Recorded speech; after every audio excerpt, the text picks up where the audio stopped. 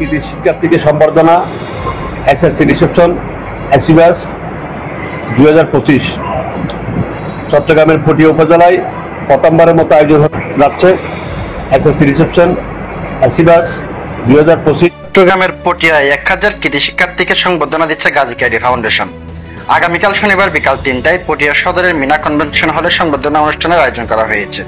SSC reception এসিবাস 2025 অনুষ্ঠানের মাধ্যমে SSC ও দাখিল পরীক্ষায় উত্তীর্ণ 1000 শিক্ষার্থীকে সংবর্ধনা দিচ্ছে সংগঠনটি। সংবর্ধনা অনুষ্ঠানে গাজী ক্যাডি ফাউন্ডেশনের চেয়ারম্যান গাজী সিরাজুল্লাহ এর সভাপতিত্বে প্রধান অতিথি হিসেবে উপস্থিত থাকবেন চট্টগ্রাম সিটি কর্পোরেশনের মেয়র ডাক্তার শাহাদাত হোসেন। এছাড়াও 10 শিক্ষাবিদ উপস্থিত থাকবেন বলে জানা যায়। শুক্রবার সকালে ফাউন্ডেশনের সভাপতি গাজী মোহাম্মদ সিরাজুল্লাহ সংবাদ সম্মেলনের মাধ্যমে এই তথ্যটি নিশ্চিত করেছেন।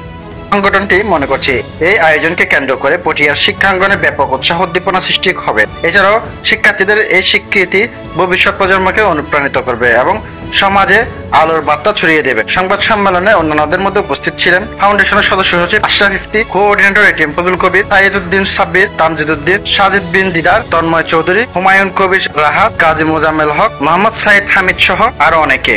দাখিল পরীক্ষা উত্তীর্ণ 1000 কৃতি শিক্ষার্থী সম্বর্ধনা জানানো হবে।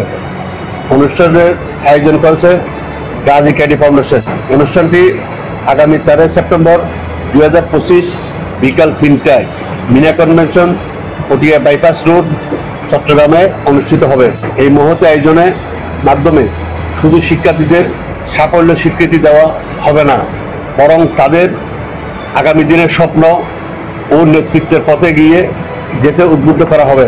শুধু সম্বর্ধনা নয়, এই আয়োজনের লক্ষ্য তরুণ প্রজন্মকে বড় স্বপ্ন দেখতে শেখানো, শিক্ষা ও নৈতিকতার আলো নতুন সমাজ বিনির্মাণে উদ্বুদ্ধ করা, আগামী দিনের দক্ষ আত্মবিশ্বাসী নেতৃত্ববান মানুষ তৈরি করা।